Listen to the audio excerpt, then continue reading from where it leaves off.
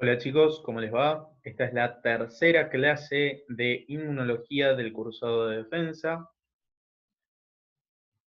correspondiente al tema respuesta inmune adaptativa humoral o respuesta inmune adaptativa B. En mi opinión personal, este es el tema más complejo de la materia, ¿sí? Y del área defensa, ¿sí? Por lo que probablemente este video lo tengan que ver un par de veces, probablemente tengan que leer varias veces el material y no duden en consultarme cualquier duda que tengan. Básicamente para recordar, recuerden que los linfocitos B se van a producir y van a madurar a nivel de la médula ósea. Esto me indica que un linfocito B va a abandonar la médula ósea ya en su estadio maduro. ¿Qué quiere decir que un linfocito esté maduro? Un linfocito maduro es un linfocito que ya ha adquirido su receptor B o su receptor T en su membrana. ¿Dónde madura el linfocito T? En el timo. Bueno, la activación tanto de los linfocitos B como de los linfocitos T, se va a dar a nivel de los órganos linfáticos secundarios. Bien, ¿qué pasa con los linfocitos B una vez activados? Se van a diferenciar en plasmocitos, capaces de producir inmunoglobulinas, o en linfocitos B de memoria. Por eso este tipo de respuesta inmune se llama humoral, básicamente porque los productos de la activación, los productos finales de la activación del linfocito B van a circular en los distintos humores, en los distintos fluidos de nuestro organismo.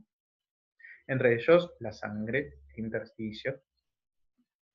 Para esto requieren una colaboración por parte de los linfocitos T helper foliculares, ¿sí? Que, si recuerdan de la clase pasada, los linfocitos T helper foliculares constituyen uno de los perfiles efectores hacia los cuales se puede diferenciar un linfocito TCD4 una vez activado. ¿Estamos? Moraleja, si yo quiero activar un linfocito B convencional, voy a requerir sí o sí un linfocito T. ¿Estamos? Sí o sí voy a necesitar un linfocito TCD4. Motivo por el cual vuelvo a mi frase de cabecera. Los linfocitos TCD4 representan el cerebro de la respuesta inmune adaptativa.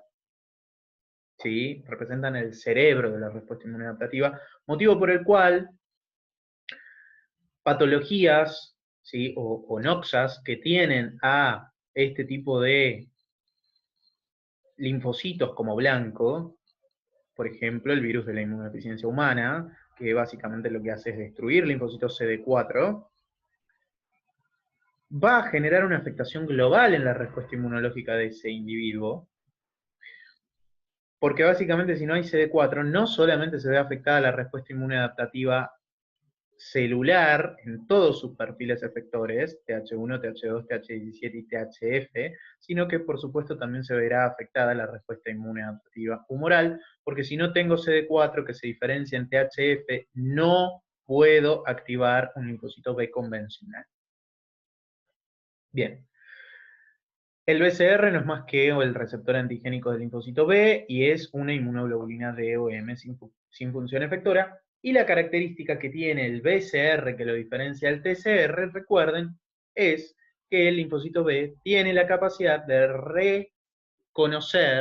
reconocer al antígeno en su conformación nativa. Es decir, si el antígeno es glucídico, lo reconoce. Si el antígeno es un ácido graso, lo reconoce. Si el antígeno es un ácido nucleico, lo reconoce.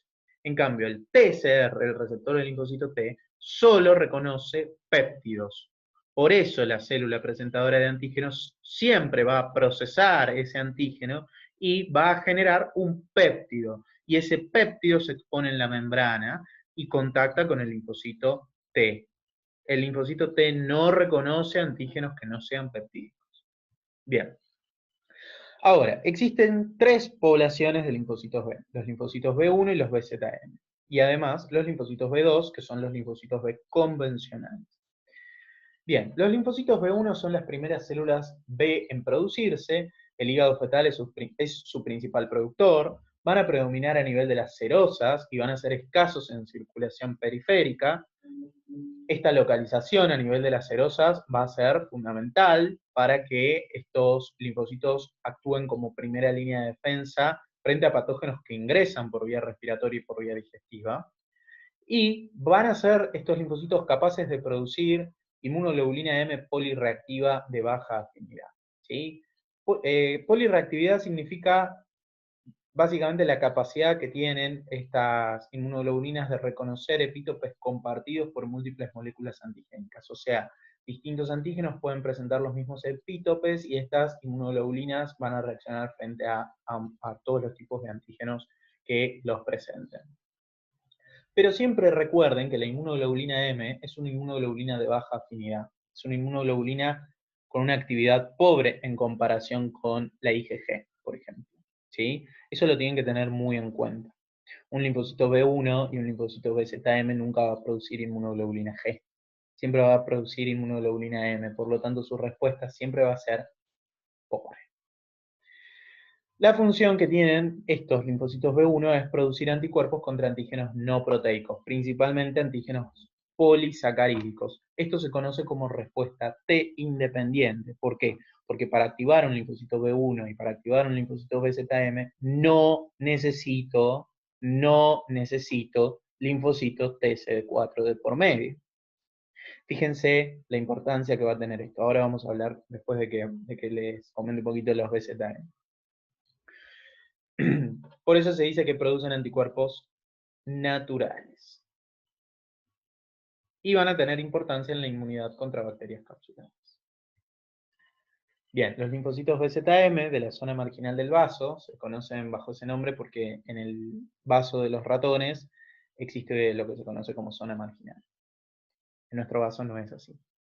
En nuestro vaso se ubican en una zona que se conoce como perifolicular, alrededor de los folículos primarios del vaso. Están especialmente adaptados para producir grandes cantidades de IgM durante los primeros 3-4 días del contacto con el antígeno. Y es muy importante su localización a nivel perifolicular en los vasos porque estos linfocitos van a constituir la primera línea de defensa en el control de las infecciones bacterianas que han alcanzado el torrente circulatorio.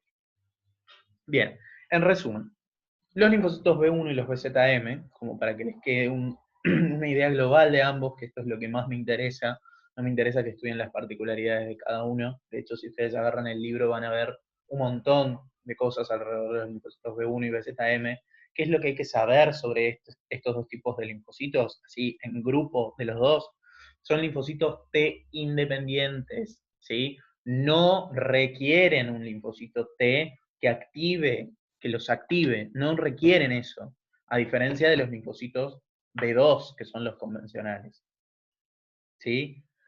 Eso es realmente muy importante, porque imagínense que si ustedes nosotros contactamos por primera vez con un antígeno, nosotros ya dijimos que la respuesta inmune primaria va a tardar en activarse, ¿sí? No es inmediata la respuesta inmune adaptativa, ¿sí?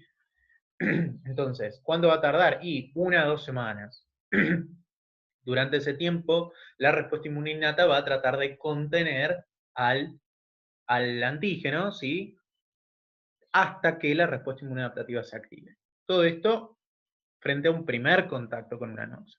Durante ese tiempo, los linfocitos BZM y los B1 van a ir produciendo anticuerpos, ¿sí? Van a ir produciendo IgM, que van a actuar sobre ese antígeno. ¿Cuál es la desventaja? Y básicamente esas IgM tienen una actividad pobre, ¿sí? Escasa. Pero es algo. Y es un algo muy importante frente a bacterias capsuladas, por ejemplo. ¿Por qué? Porque estos linfocitos BZM se activan fundamentalmente frente a antígenos polisacarídicos. Van a reconocer cualquier tipo de antígeno, pero principalmente los polisacarídicos. Y recuerden que las cápsulas bacterianas son glucídicas, ¿sí? Son polisacarídicas. ¿Estamos de acuerdo? Entonces, básicamente, no son muy vigorosos en su respuesta, pero es muy noble la actividad de los linfocitos BZM y de los B1. Y quiero que la recuerden para la clase de inmunizaciones, para cuando hablemos de la respuesta generada en nuestro organismo por las vacunas antineumocóxicas. Bien. Entonces, como yo les mencioné, estos linfocitos tienen alta actividad frente a bacterias capsuladas debido a que éstas presentan glúcidos en su cápsula. Por eso, la incidencia de infecciones por Streptococcus pneumoniae, que es una bacteria capsulada, el prototipo de bacteria capsulada, en adultos esplenectomizados, o sea que no tienen vaso, es 100 veces mayor que en los sujetos con vaso, básicamente porque estos sujetos carecen de linfocitos BZN. Bueno, los linfocitos B2 o linfocitos convencionales son los que van a tener los linfocitos B posta, digamos, los que van a producir anticuerpos específicos o los que se van a diferenciar a plasmocitos que van a producir anticuerpos de memoria, ¿sí? Pero estos, sí, ya necesitan un linfocito T helper folicular para lograr su activación. La activación del linfocito B2 va a requerir dos señales. Esto es fundamental que lo entiendan. La primera señal es la unión del BCR a un antígeno. Y la segunda señal es la colaboración con un linfocito T helper folicular. Pasamos a un gráfico. Yo hice este esquema para graficar esta activación de los linfocitos B, que es bastante compleja. Esto representa un ganglio linfático, donde en la parte de arriba encontramos la región paracortical, en donde vamos a encontrar folículos primarios, que básicamente contienen en su interior linfocitos B vírgenes, linfocitos B que no han sido activados, que no han contactado con ningún antígeno. Además de los linfocitos B vírgenes en los folículos primarios, en la región paracortical vamos a encontrar las células dendríticas foliculares. Células dendríticas foliculares, que son un tipo de células dendríticas que no van a tener capacidad de procesar un antígeno, o sea, degradarlo y formar un péptido, como hacen las células dendríticas convencionales, sino que lo que van a hacer es retener a un antígeno y producir distintas citocinas que van a favorecer, que van a potenciar la activación del linfocito B. Por otro lado, vamos a tener la región cortical, donde vamos a encontrar linfocitos T vírgenes. Y por último, la región medular, donde vamos a encontrar plasmocitos, de vida media corta, de vida media larga.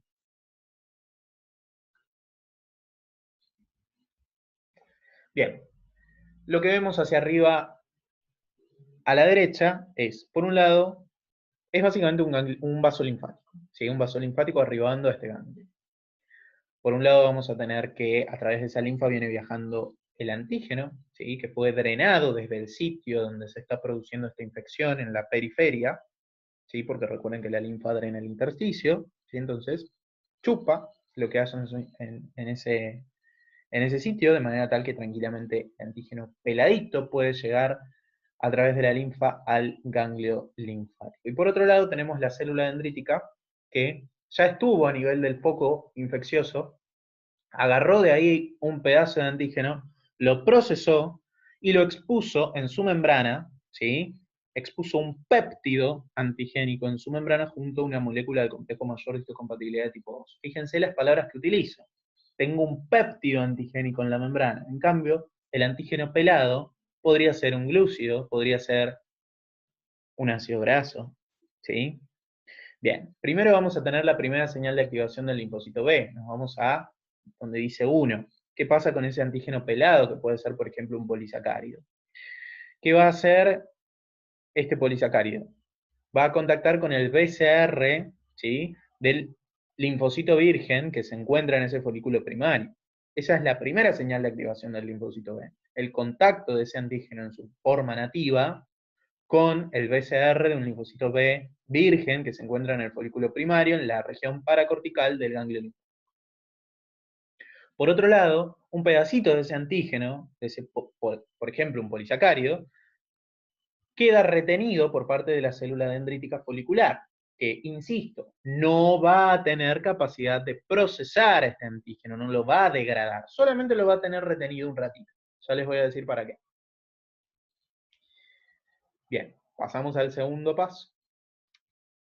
La célula dendrítica, por otro lado, que también venía a través de ese vaso linfático, trayendo un péptido antigénico expuesto en su membrana junto a una CMH2, recuerden que este antígeno lo sacó del mismo foco infeccioso, o sea, es el mismo antígeno que llega, por un lado, en forma nativa, y por otro lado, procesado por una célula dendrítica.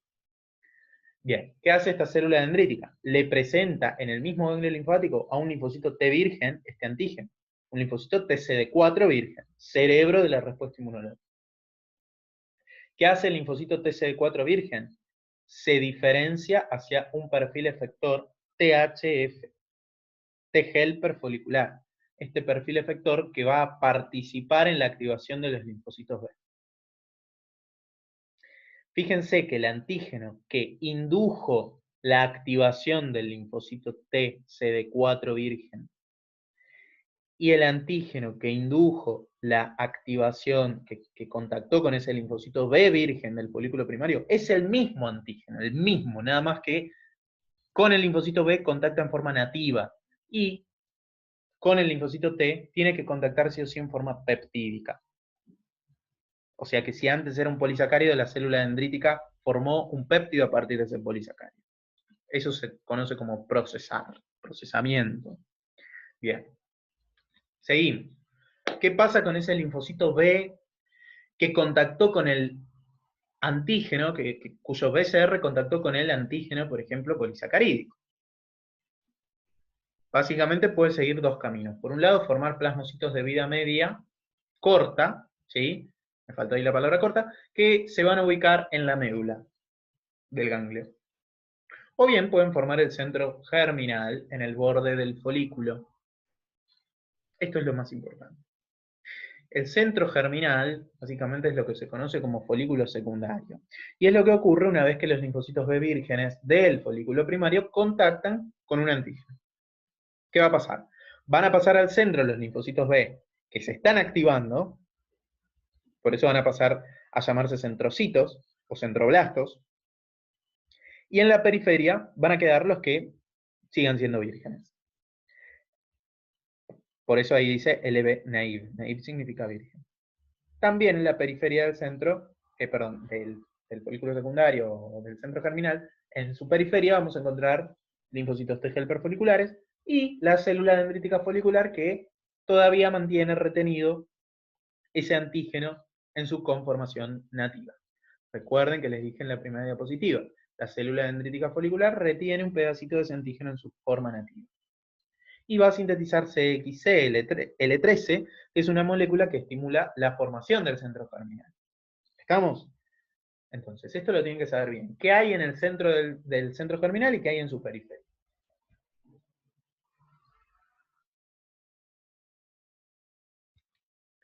¿Para qué me sirve el centro germinal? Bueno, el centro germinal básicamente consiste en una serie de mitosis que se van a producir en el interior de ese folículo, ¿sí? Y que en cada una de esas mitosis se van a ir produciendo cambios genéticos. Y esos cambios genéticos se llaman hipermutación somática y switch o cambio de isotipo. Básicamente, la hipermutación somática es un proceso que consiste en la modificación de los genes que codifican para la producción, para la síntesis de la porción variable de los anticuerpos, ¿sí? Que recuerden que la porción variable del anticuerpo determina la afinidad que van a tener los mismos. Por lo tanto, un cambio en esa porción variable me va a dar como resultado mayor o menor afinidad, en este caso mayor afinidad, porque esas mutaciones son beneficiosas, las mutaciones que se producen. Bien, y después tenemos el switch o cambio de isotipo, que consiste en la modificación de los genes que codifican para la porción constante de los anticuerpos, que recuerden que la porción constante, la región constante de un anticuerpo determina qué tipo de anticuerpo es el que tengo. Entonces esto me va a determinar la formación de anticuerpos IgG en vez de la formación de IgM. ¿Se dan cuenta por qué un linfocito B1, un linfocito BZM nunca va a poder producir IgG?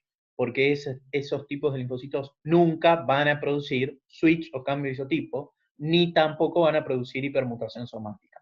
Por eso la respuesta B1 y la respuesta BZM, o sea, la respuesta T independiente, es poco afín y es poco vigorosa porque depende de inmunoglobulinas M.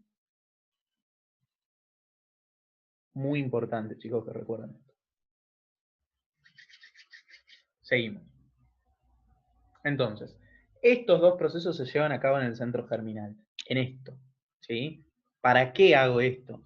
Para poder llevar a cabo estos dos procesos.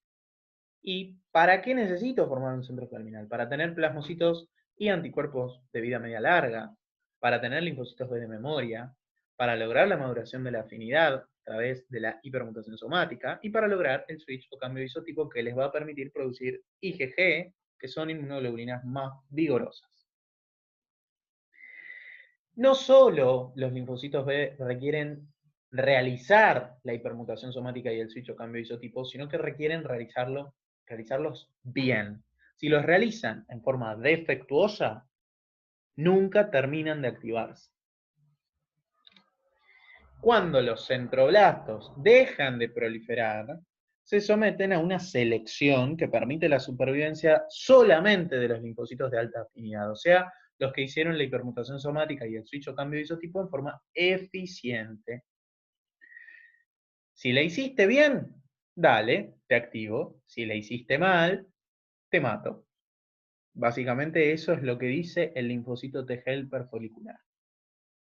Si los linfocitos B que hicieron ya la hipermutación somática y el switch o cambio de isotipo, o sea, los del centro germinal, si superan esta selección, o sea, si reciben la señal del T helper folicular, se diferencian en plasmocitos y linfocitos B de memoria, o sea, se activan definitivamente. Y si no superan esta selección, ya sea porque hicieron mal alguno de los dos procesos o porque no los hicieron, se mueren por apoptosis. Estas señales de supervivencia son emitidas por el linfocito T helper folicular solamente para aquel linfocito B que exprese en su membrana el antígeno que indujo la respuesta presentado en el contexto de una CMH2. ¿Qué quiere decir esto? El linfocito T helper folicular se va a parar frente a ese linfocito B que ya hizo la hipermutación somática y el switch o cambio de isotipo y le va a decir, mostrame tu identidad, mostrame si realmente mereces que te active, mostrame si vales la pena, mostrame si todo lo que hiciste lo hiciste frente al antígeno que me activó a mí. ¿Sí? ¿De dónde saca ese antígeno para exponer en su membrana el linfocito B? De la célula dendrítica folicular. ¿Se acuerdan que yo les dije que la célula dendrítica folicular había retenido una partecita de ese antígeno en su conformación nativa? Bueno, ¿qué hace el linfocito B? El linfocito B, que hizo bien la hipermutación somática y que hizo bien el switch o cambio isotipo, es capaz de arrancarle ese antígeno a la célula dendrítica folicular. ¿Qué va a hacer con ese antígeno? Lo va a procesar y lo va a exponer en su membrana junto a una molécula del complejo mayor de histocompatibilidad de tipo 2. ¿Se acuerdan cuando decíamos el versito de que solamente las células presentadoras de antígenos profesionales pueden presentar antígenos a los linfocitos T porque son las únicas que tienen CMH2? Y que habíamos dicho que las células presentadoras de antígenos profesionales eran la célula dendrítica, que es la profesional profesionalísima, porque es la única capaz de activar un linfocito T virgen. Los linfocitos B, que no van a activar un linfocito T virgen, pero van a activar un linfocito T helper folicular, que no es virgen porque ya está activado, porque era virgen cuando era CD4 virgen, pero ya contactó con ese antígeno que le trajo la célula dendrítica en un principio. ¿Se acuerdan? El paso 2.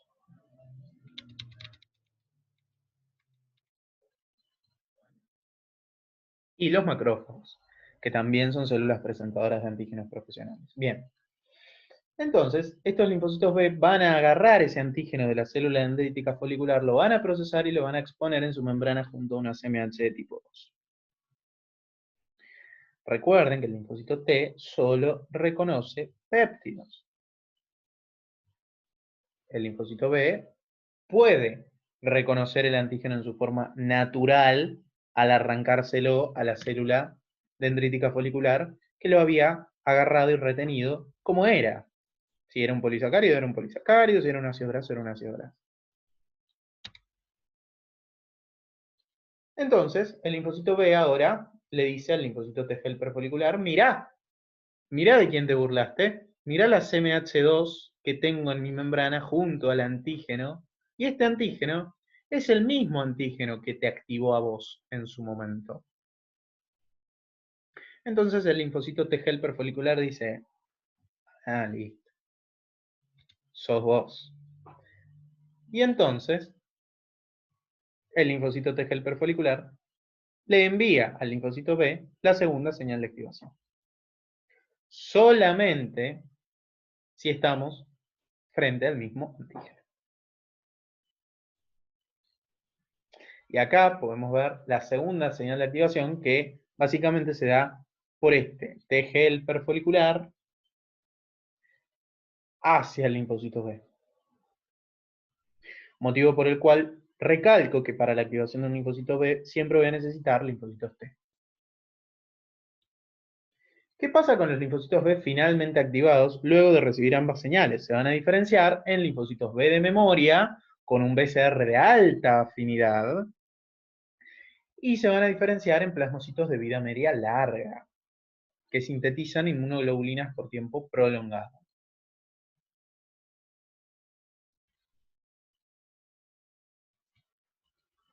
Si la hipermutación somática o el switch fallan, el linfocito T helper folicular nunca aprobará la activación del linfocito B, induciendo inmediatamente su apoptosis. Es decir, los linfocitos B que hayan hecho mal la hipermutación somática o el switch son destruidos por el linfocito T helper folicular. O sea, el linfocito T helper folicular le va a mandar señales a esos linfocitos fallidos para que se mueran, para que hagan apoptosis. Es por eso que la activación de los linfocitos B está regulada por los T helper foliculares. Bueno, espero no haberlos vuelto loco con este tema. Insisto, es en mi opinión el tema más complejo del área. Así que cualquier duda que tengan, ya saben cómo contactarme por WhatsApp. Mi mail es pauloe2sa@hotmail.com, DOSSA. Así que bueno, les mando un saludo grande a todos.